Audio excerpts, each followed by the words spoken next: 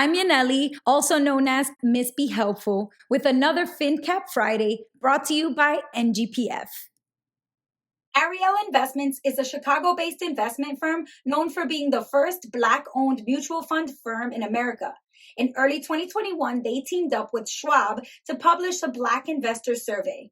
They asked over 2,100 Americans questions about money, and they found out that less than 50% of Black Americans over the age of 60 invest in the stock market, while more than 70% of white Americans in that same age group and with similar incomes invest. That's a big gap. But there was some exciting news in the data. For those who are under the age of 40, the investment gap is gone. According to the survey, 63% of Black Americans under the age of 40 invest in the stock market, and the same is true for white Americans under 40. But how come the gap is so wide for older Americans, and yet it's completely gone for younger Americans? Well, 30% of Black investors under the age of 40 got into the stock market for the very first time in 2020 during the start of the pandemic.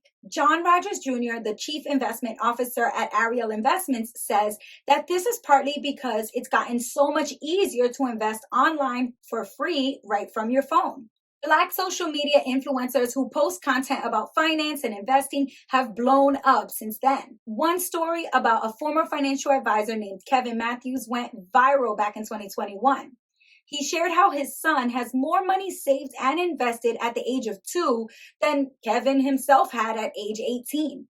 And he talks about how investing small amounts of money over and over again every month will help his son's account grow to over $150,000 by his son's 18th birthday. Black Americans have historically been excluded from financial systems like the stock market or the real estate market due to racial discrimination, redlining, and predatory practices. The New York Times best-selling author Tiffany Aliche, who is known as the Budgetnista, was the first Black woman to grace the cover of Money magazine back in 2021. Rashad Bilal and Troy Millings, creators of Earn Your Leisure, which passed 1 million followers on Instagram and hosted the very first Invest Fest in 2021, have definitely gone viral. Seeing Black financial educators and influencers has definitely empowered more young Black Americans to talk about investing and to take action.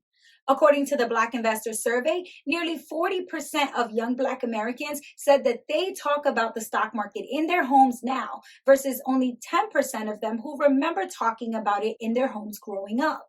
More Black financial influencers are going viral every day, making Black Americans everywhere feel more comfortable viewing themselves as investors.